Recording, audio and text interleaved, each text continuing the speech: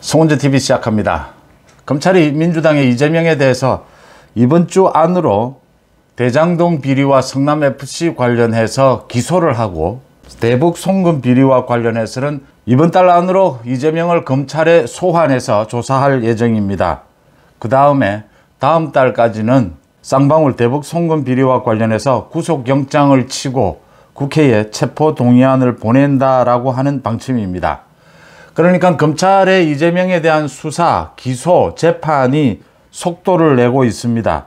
이재명에 대한 각종 비리에 대한 검찰의 수사가 좀 지연이 되고 있다라고 하는 얘기가 많았는데, 검찰이 속도를 내기로 했다라고 하는 겁니다.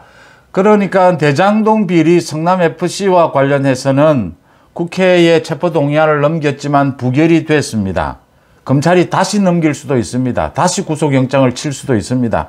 그런데 그동안 관례상 국회에서 부결시킨 것을 다시 구속영장을 치고 체포동의안을 보낸 예는 없었다. 지금은 그런데 전례를 따를 일은 아닙니다. 이재명은 전례가 없는, 헌정사에 전례가 없는 이런 각종 비리 혐의를 받고 있기 때문에 다시 구속영장을 치고 체포동의안을 보낼 수도 있지만, 쌍방울을 비롯해서 대장동과 관련해서도 428억 원, 이재명 측 것이다 라고 하는 428억 원도 남아있기 때문에 이건 뇌물입니다. 이 부분도 남아있기 때문에 기소를 먼저 한다. 불구속 기소를 한다. 대장동 성남FC는 이번 주 안으로 불구속 기소를 한다라는 겁니다. 그 다음에 쌍방울의 대북 송금 관련해서는 지난주까지 20여일 동안 경기도에 대한 압수수색, 고강도 압수수색을 펼쳤습니다. 또 쌍방울 대북 송금과 관련해서 여러 명이 지금 재판을 받고 있습니다. 재판 와중에 많은 증언들, 정말 생생한 재판에서의 진술이 나오고 있습니다.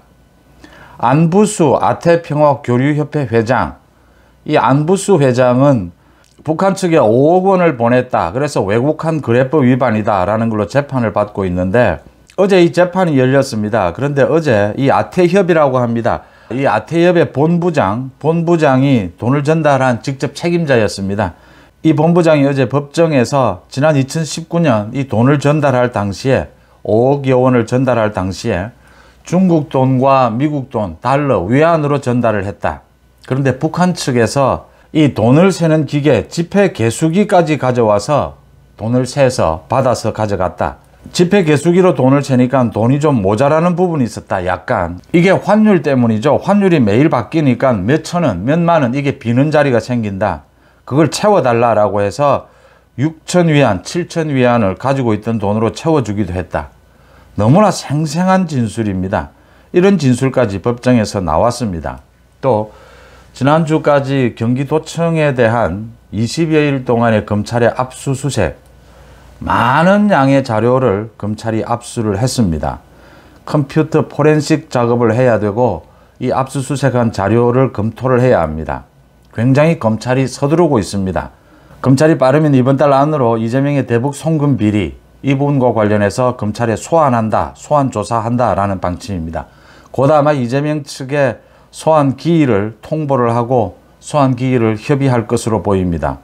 검찰이 이번 달 안으로 이재명에 대해서 소환을 하고, 다음 달까지는, 그러면 준비를 해서 다음 달까지는 구속영장을 치고, 구속영장을 치게 되면 이제 다음 달에 국회에 다시 체포동의안이 넘어오게 됩니다. 이재명의 2차 체포동의안입니다. 검찰에 소환되는 것은 4번째입니다. 이재명은 선거법 위반으로 2주 단위로 금요일 나가서 재판을 받고 있습니다.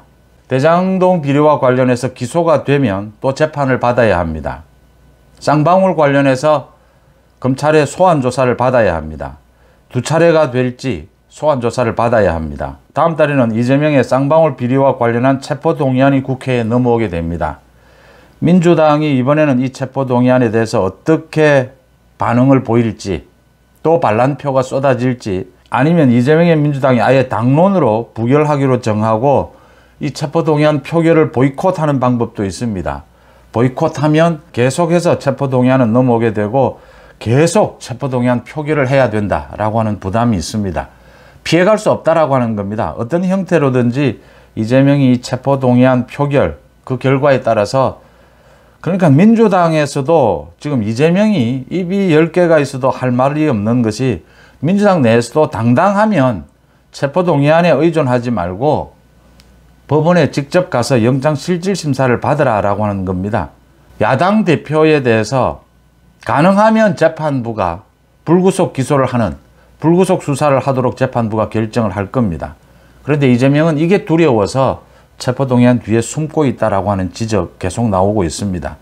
다음 달이면 이재명에 대한 체포동의안이 국회에 다시 넘어온다. 지금 이재명에 대한 각종 수사, 이게 너무나 방대하고, 그래서 검찰도 많은 인력이 투입되고 있지만 국민 여론이 너무 지연되는 것이 아니냐, 너무 좀 질질 끄는 느낌이다. 빨리빨리 마무리 지을 것은 마무리 지어야 한다.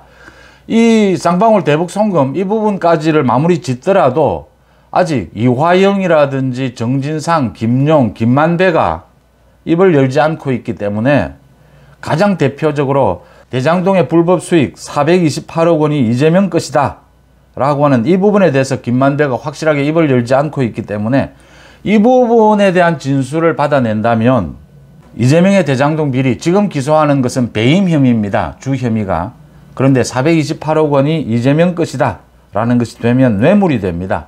그래서 쌍방울의 대북 송금 비리까지를 완료가 되더라도 아직 이재명에 대해서 검찰이 수사하고 또 기소해야 될 것들이 많이 남아있다라고 하는 겁니다. 그래서 검찰 수사에 속도를 내야 한다라는 이야기가 많았고 검찰이 거기에 따라서 속도를 내고 있다라고 하는 점입니다. 지금 전국은 굉장히 복잡하게 돌아가고 있습니다. 한국과 일본 정상회담을 거쳐서 일본이 정식으로 오는 5월 열리는 G7 회의에 윤석열 대통령을 초청을 했습니다. 한미일 정상회담이 일본에서 5월에 열리게 되는 셈입니다. 이렇게 한국과 일본과의 관계가 개선이 되고 한미일 경제안보협력체제, 이건 당장 우리의 생명, 경제와 관련이 되는 것인데도 이재명의 민주당이 가진 가짜뉴스까지를 동원을 해서 윤석열 정부를 공격하고 있습니다. 독도 문제라든지 위안부 문제라든지 이런 것들이 대통령실에서 이번 정상회담에서 거론되지 않았다라고 하는데도 거론이 됐다고 일본 언론에 나왔다. 일본 언론도 지금 엇갈리고 있습니다. 대통령실의 해명에서도 계속 민주당에서는 공격을 하고 있습니다. 이 후쿠시마 수산물 같은 경우가 그겁니다. 일본의 정치인이나 야당 측 대표가 후쿠시마 수산물 수입 규제를 좀 풀어달라, 수입을 해달라, 이렇게 말은 할 수가 있습니다. 정치인들이. 거기에 대해서 윤석열 대통령이 그건 과학적인 검증이 더 필요하다, 이러면 제대로 논의가 되지 않은 것이죠. 일본이 거론만 한 것이다. 독도 문제나 위안부 문제는 아예 거론조차 되지 않았다라고 선을 긋고 있는데도 계속 민주당이 공격을 하고 있습니다. 민주당은 뭐 뻔한 속셈이죠. 이걸 또 한일 감정관계로 가져가서 총선까지 어떻게 하면 연결해 보자라고 하는 것인데, 총선에서, 선거에서 국민 감정을 자극하는 것이 굉장히 도움이 된다, 지지율에 도움이 된다라고 하는 것입니다. 그런데 4월 윤석열 대통령과 바이든 대통령의 정상회담, 5월 일본에서 한미일 정상회담이 잇따라 열리면서 이제 이 성과가, 손에 잡히는 성과가 나오게 될 것이다. 그러면 이재명의 민주당이 지금 공격하고 있는 것이 얼마나 국익을 훼손하는 것인가, 억지 주장인가, 또 가짜 주장도 많은가, 가짜 뉴스도 많은가 하는 부분들이 드러나게 될 것이고 지지율이나 국민 여론도 바뀌게 될 것이다, 이렇게 예측이 됩니다. 이런 상황에서 이재명에 대해서 이번 주에 기소, 이번 달 안으로 다시 쌍방울 관련해서 검찰에 소환을 하고 다음 달에는 제2의 체포동의안이 국회에 넘어온다. 민주당이 또다시 격렬한 내분 상태에 빠지게 되지 않을까, 이렇게 예상이 됩니다. 송은재TV 마칩니다. 고맙습니다.